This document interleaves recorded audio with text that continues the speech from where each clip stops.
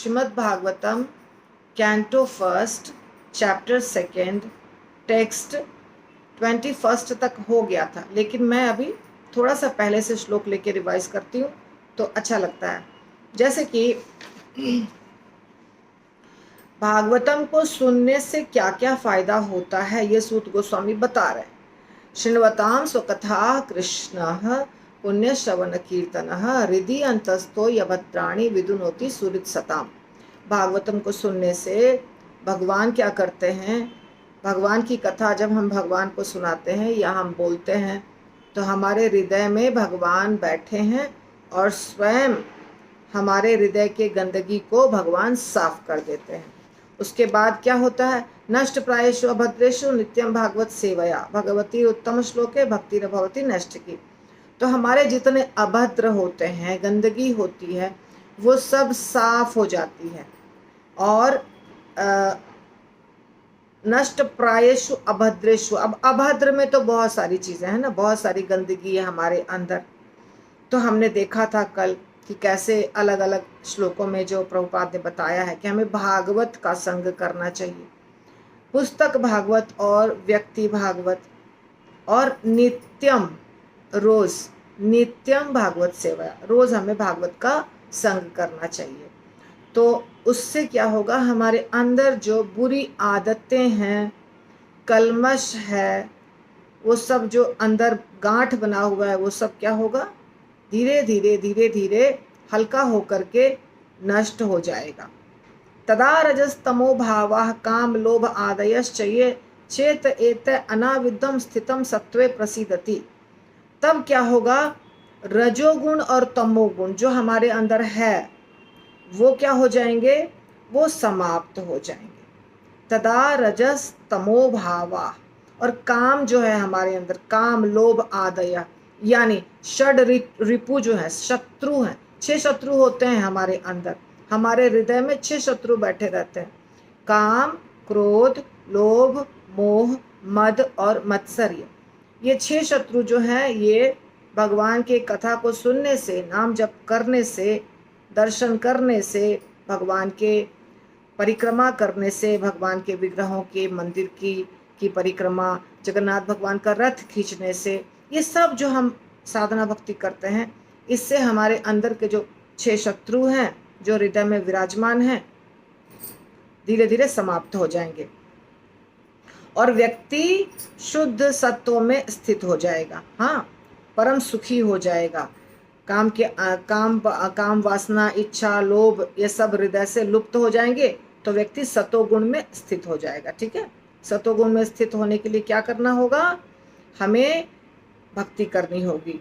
नैष्ठिक प्रेमा भक्ति स्थापित हो जाएगी, नैष्ठिक प्रेमा भक्ति, और हम खुश रहेंगे हमेशा। एवं प्रसन्न मनसो भगवत भक्ति योगतः भगवत तत्व विज्ञानम मुक्त संगस्य जायते। इस प्रकार शुद्ध भक्ति में जब व्यक्ति स्थित हो जाएगा, भगवान के संसर्ग में रहेगा और प्रसन्न रहेगा हमेशा, तब उसे समस्त भौतिक संगति से मुक्त होने पर, जब भौतिक चीज़ों, अभी भौतिक चीज़ों से हम आसक्त हैं बहुत ज़्यादा, सारी दुनिया की चीज़ें हमको चाहिए, तो वो सब से हम अनासक्त हो जाएंगे। तब भगवान का सही ज्ञान, विज्ञान, भगवान का जो ज्ञान होता है वो विज्ञान यानी एकदम तत्व ज्ञान, वो हमको प्राप्त होगा। अभी हम कहते हैं ना, हमको पता नहीं भगवान है कि नहीं है, पता नहीं किसी ने भगवान को देखा है कि नहीं देखा है, भगवत धाम है कि नहीं है, ये सब जो दुविधा रहती है वो दुविधा समाप्त हो जाएगी। उसके लिए हमें ये सब मेहनत करना होगा। और विद्यते हृदय ग्रंथि छिद्यन्ते सर्व संशयाः श्रियन्ते चास्य कर्माणि दृष्ट एवात्मनीश्वरे। विद्यते हृदय ग्रंथि, हमारे हृदय में जो गांठ है, जो ग्रंथि है, जो मैंने कल भी चर्चा की थी, परसों भी, तो हृदय के अंदर जो ग्रंथि है, जो हमारे बुरे संस्कार के कारण है, हमारे बुरे कर्म के कारण ग्रंथि बनी हुई है, ये सब जो दुर्गुण है हमारे अंदर, अहंकार है हमारे अंदर, मिथ्या अहंकार, ये सारे ग्रंथि को छेद करके खंड खंड काट काट के निकाल देगा। कौन? भगवान का नाम, भगवान की कथा। ये भगवान की कथा से ही समाप्त होगा।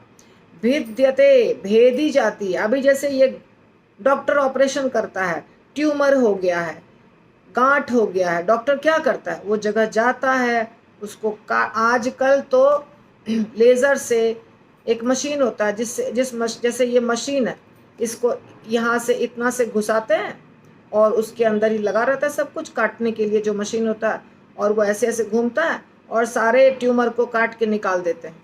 ये एडवांस टेक्नोलॉजी। पूरा पेट चीरने की ज़रूरत नहीं है, पूरा हार्ट चीरने की ज़रूरत नहीं है। तो ग्रंथि को काटने के लिए एक मशीन होती है जिसे काट काट के महीन महीन टुकड़ा बना के और उसको खींच के निकाल के बाहर रख दिया जाता है। और पूरा अंदर में अब हो गया हल्का, ग्रंथि खत्म, गांठ खत्म। ट्यूमर मतलब गांठ ही होता है, इंग्लिश शब्द है ट्यूमर। इसी प्रकार हमारे हृदय के अंदर जो गांठ है, दूसरों से हमें परेशानी हो रही है, हमें अच्छा नहीं लग रहा है, हम खुश नहीं हैं, हम प्रसन्न नहीं हैं, भक्ति करने का मन नहीं कर रहा है, बुरी आदतें बहुत प्रोमिनेंट हैं, बहुत ज़्यादा गंदी गंदी आदतें हमारी हैं जो हमको करने में मज़ा आ रहा है। ये सब जो गंदगी है पूर्व कई जन्मों के संस्कार, बुरे संस्कार हैं जो हैं हमारे अंदर, वो सब छेद कर देगा। भगवान की कथा जब होगी तो वो सब में छेद हो जाएगा और सारी गंदगी निकल जाएगी बाहर, हृदय स्वच्छ निर्मल हो जाएगा।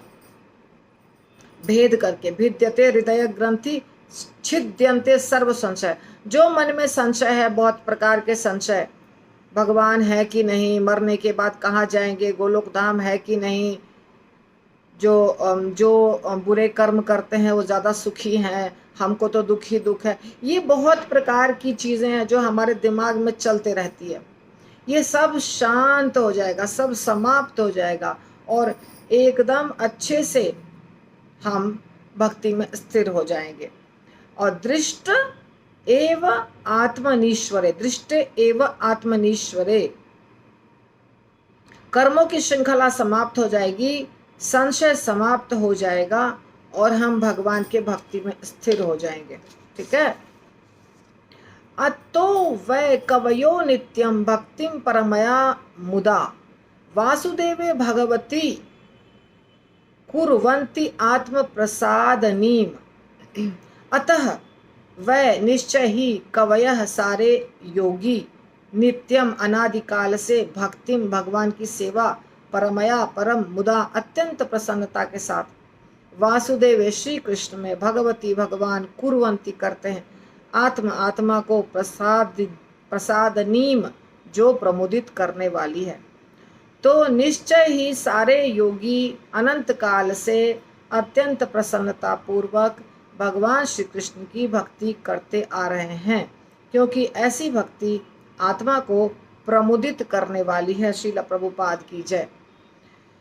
तो इतना सारा चीज बताया सूत गोस्वामी ने, उसके बाद बता रहे हैं सूत गोस्वामी अतः, देयरफॉर, इसलिए ये सब जो गुण है भगवान की भक्ति करने में, फायदा जो है भगवान की भक्ति करने से, इसके कारण अनंत काल से सारे अच्छे जो महात्मा है, ऋषि मुनि हैं, वो भगवान कृष्ण की भक्ति करते आ रहे हैं, अत्यंत प्रसन्नता पूर्वक भक्ति करते आ रहे हैं, क्योंकि भगवान कृष्ण की भक्ति आत्मा को प्रसन्नता देती है। कुर्वन्ति आत्म प्रसादनीम, आत्मा को प्रमुदित करता है, खुश करता है। यही प्रश्न था ना, क्या करे जीवात्मा, क्या करे जो उसे आनंद हो, उसका कल्याण हो। हमारा देखिए कल्याण, हमारा कल्याण किस चीज़ में है, ये भी करना है और हमें खुश भी होना चाहिए, आनंद भी मिलना चाहिए। ऐसा नहीं कि कल्याण होगा और अभी हम बहुत कष्ट काट रहे हैं, भगवान कृष्ण की भक्ति करने में बहुत तकलीफ हो रही है, मरने के बाद कल्याण होगा, ऐसा नहीं होता है। अभी भी कृष्ण भक्ति करने से मन प्रसन्न रहता है, खिला रहता है, प्रमुदित रहता है और बाद में भी अच्छा परिणाम निकलता है।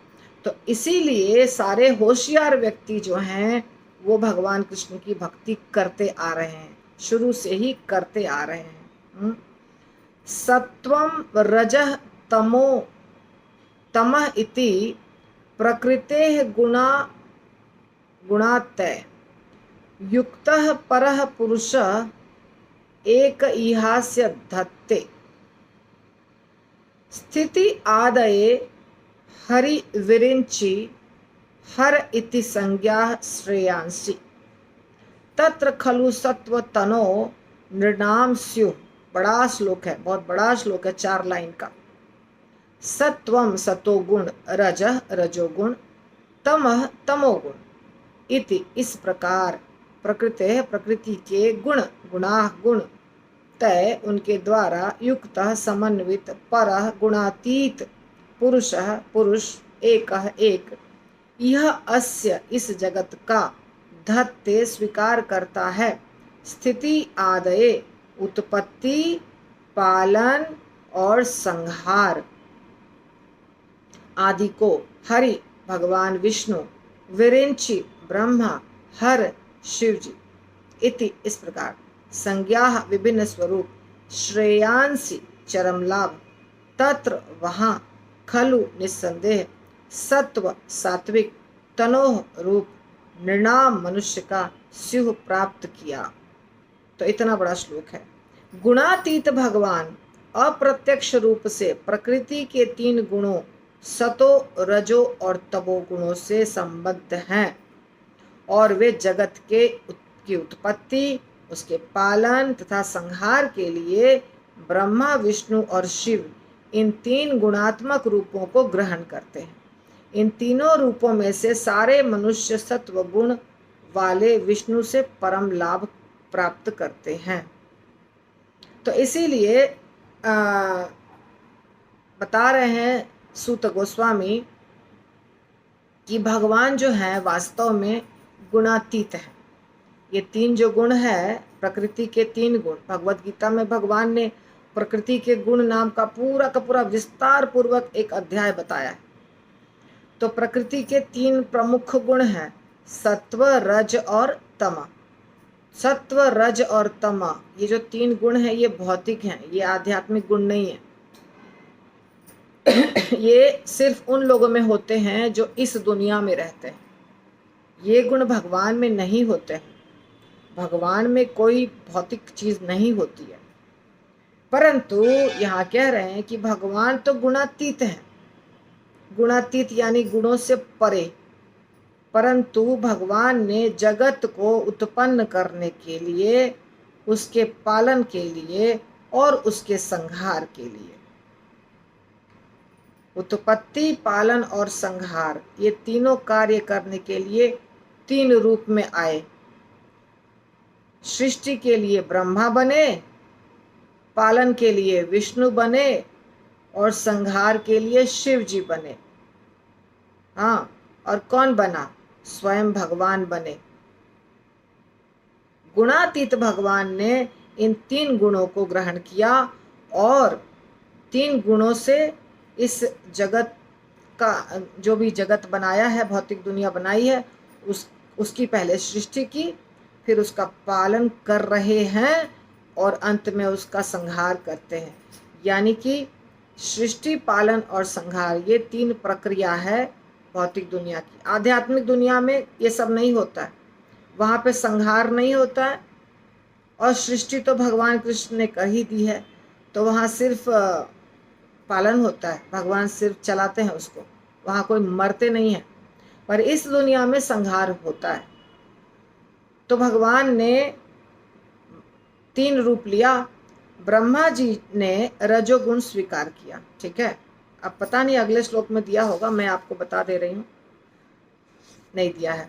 तो ब्रह्मा जी का जो रूप है, जो सृष्टि करेगा, उनमें रजोगुण है, मिक्स किया गया है। और शिव जी संहार करते हैं तो तमोगुण मिश्रित है और भगवान विष्णु में सतोगुण है। तो इसीलिए यहाँ पे कह रहे हैं कि इन तीनों रूपों में भगवान विष्णु जो सतोगुण वाले हैं उनसे मनुष्यों को परम लाभ होता है। ठीक है ना, भगवान विष्णु से परम लाभ होता है। ब्रह्मा जी ने सृष्टि कर दी और शिव जी लास्ट में संहार करेंगे, पर भगवान विष्णु पूरे समय जब तक ये सृष्टि है तब तक हमारा पालन करते हैं, पालन पोषण करते हैं, हमें अच्छी अच्छी शिक्षा देते हैं, है ना। ये सारे शास्त्र जो आते हैं भगवान से और हमें बताते हैं कि तुम मनुष्य हो, तुम्हें ज्ञान होना चाहिए और तुम भगवत धाम वापस चलो, ये सब सिखाते हैं। यदा यदा ही धर्मस्य ग्लानिर्भवति भारत, भगवान बार बार अलग अलग रूपों में प्रकट होते हैं। आपने सुना है कि ब्रह्मा जी बहुत सारा रूप लेकर आए और अलग अलग लीला की और सारे जीवात्मा को शिक्षा दी कि तुम भगवत धाम चलो। ये कार्य करते हैं ब्रह्मा जी? नहीं करते हैं ना। शिव जी ये कार्य करते हैं? नहीं करते हैं। न शिव जी अलग अलग रूप लेते हैं, न ब्रह्मा जी अलग अलग रूप लेते हैं, ना ब्रह्मा जी और शिव जी लीला करते हैं। ठीक है, जो उनके भक्त हैं उनको दर्शन देते हैं, जो उनके भक्त हैं उनको वो कुछ शिक्षा भी देते हैं। पर भगवान विष्णु समय समय पर, चूंकि उनका पालन है, उनकी सेवा पालन की है, वो समय समय पर आते हैं अलग अलग अवतारों में और सीधे इस दुनिया में मनुष्यों के बीच में रहकर उन्हें शिक्षा देते हैं, सारे गड़बड़ी को ठीक करते हैं। परित्राणाय साधूनाम विनाशाय च दुष्कृताम, साधुओं की सुरक्षा करते हैं, दुष्टों को मार देते हैं और जो खराब खराब बुरे लोग राजगद्दी पर बैठे हैं उन सबको मार के समाप्त कर देते हैं, अच्छे लोगों को गद्दी पर बैठा देते हैं, राजा बना देते हैं, सब व्यवस्था करके फिर वो चले जाते हैं।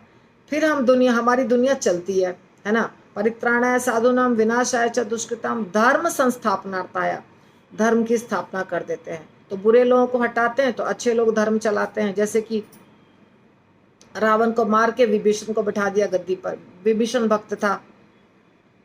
इसी तरह सुग्रीव, बाली, जितने भी, आपको पता है बाली को मारा, सुग्रीव को गद्दी पर बिठाया।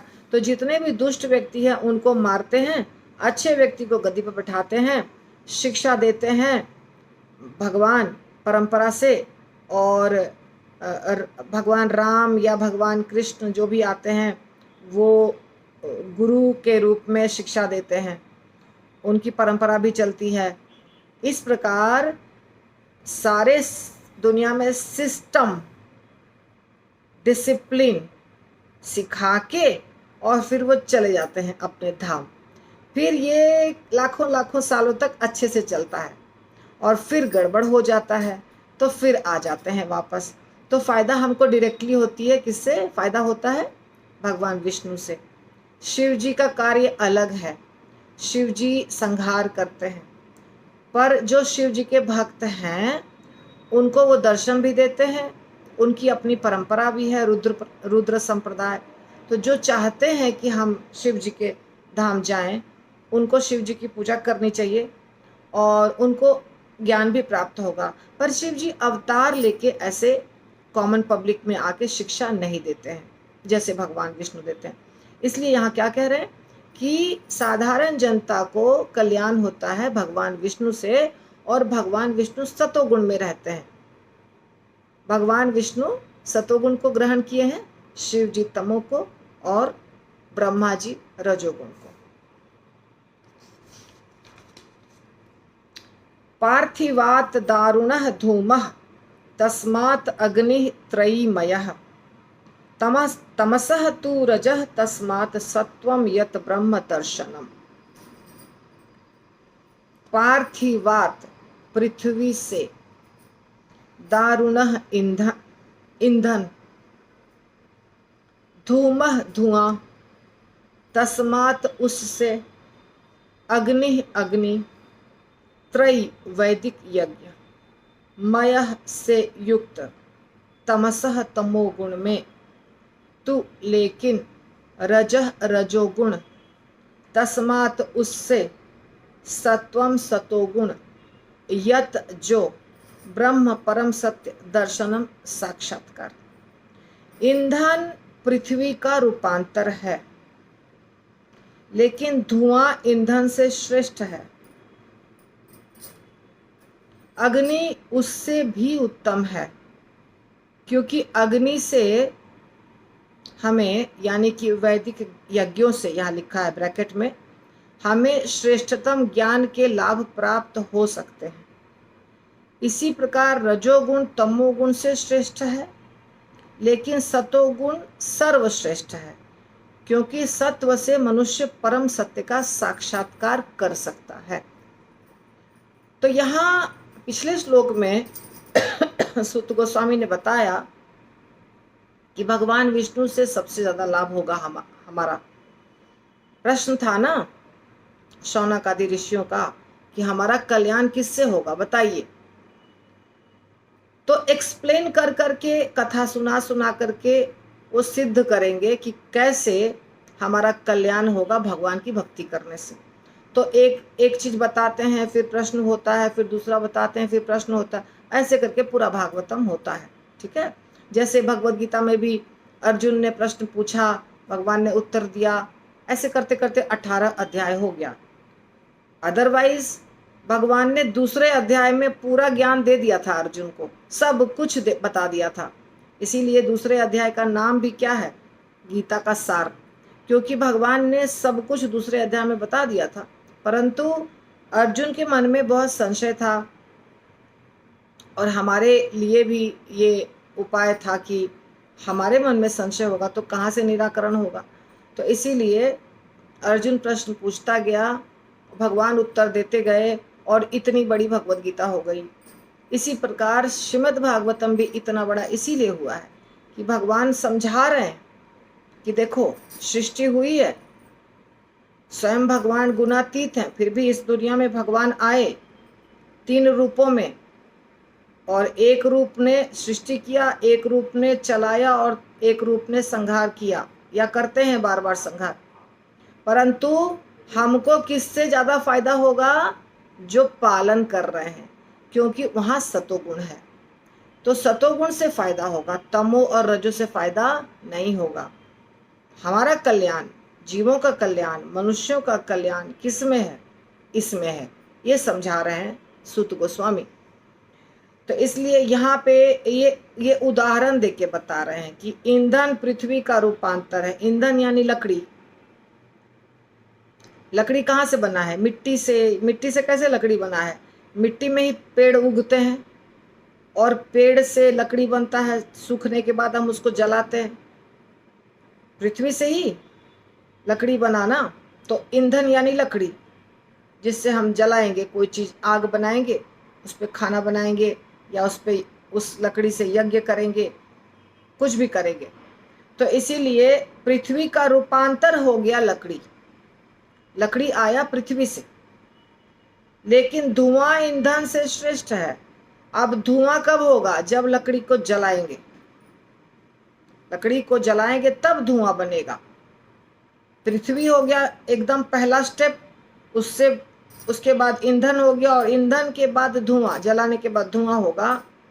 तो इसलिए कह रहे हैं धुआं ईंधन से श्रेष्ठ है, यानी कि लकड़ी से श्रेष्ठ है।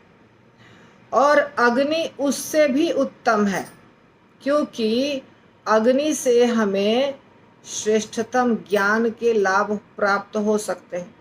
श्रेष्ठतम ज्ञान अग्नि यानी कौन सी अग्नि, जो वैदिक यज्ञ के लिए कुंड बनता है, उसमें जो अग्नि होती है उससे।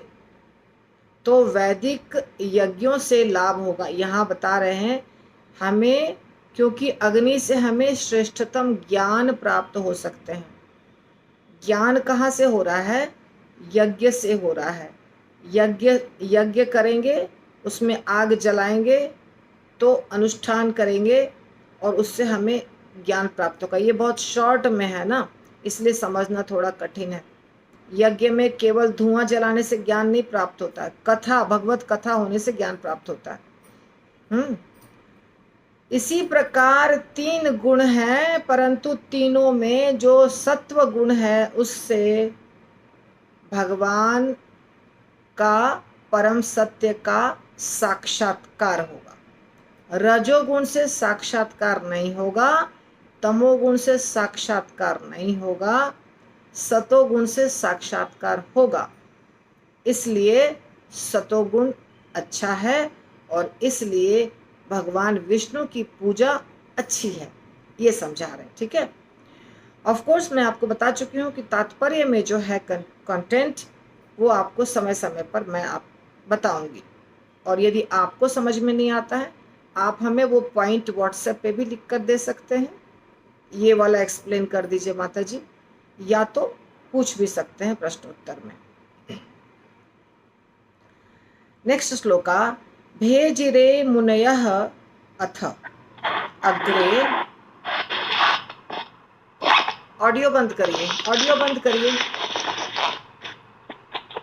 माता जी, ऑडियो बंद करिए। दुर्गा माता जी।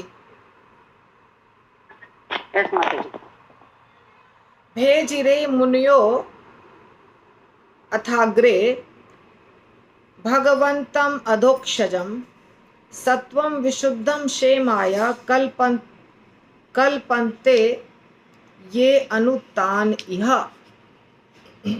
भेजिरे की मुनयः मुनियों ने, अथ इस प्रकार, अग्रे पूर्व काल में, भगवंतम भगवान के प्रति, अधोक्षजम अध्यात्म गुणातीत, सत्वम अस्तित्व, विशुद्धम प्रकृति के तीनों गुणों से परे, क्षेमाय परम लाभ प्राप्त करने के लिए, कल्पन्ते योग्य है, ये जो अनुसरण करते हैं, तान वे यह इस संसार में।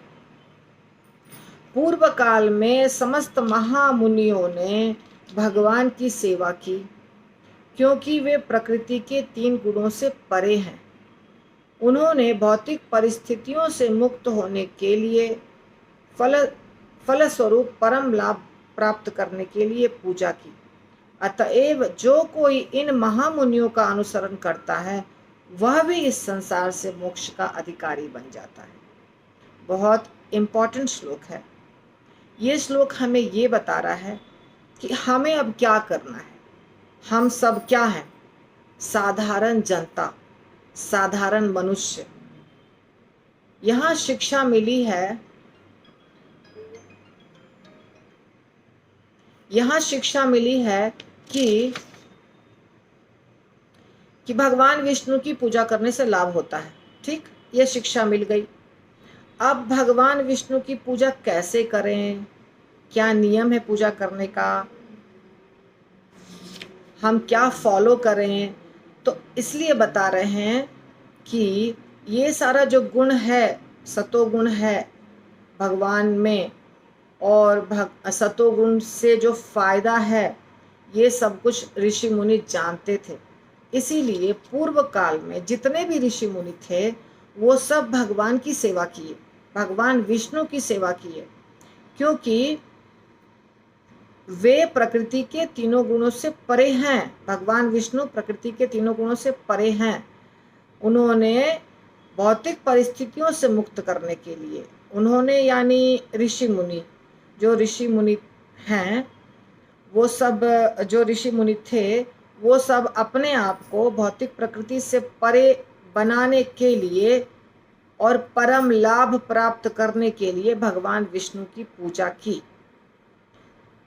इसलिए अब हमें महामुनि, ऋषि मुनि, जो बड़े बड़े भागवत हैं, उनके चरण चिन्हों पर चलना है, उनको फॉलो करना है। जब हम उनको फॉलो करेंगे, उनका अनुगमन करेंगे, उनके बताए हुए रास्ते पर चलेंगे, तो हम भी मोक्ष के अधिकारी बन जाएंगे। ये श्लोक बता रहा है हमें, हम भी मोक्ष के अधिकारी बन जाएंगे।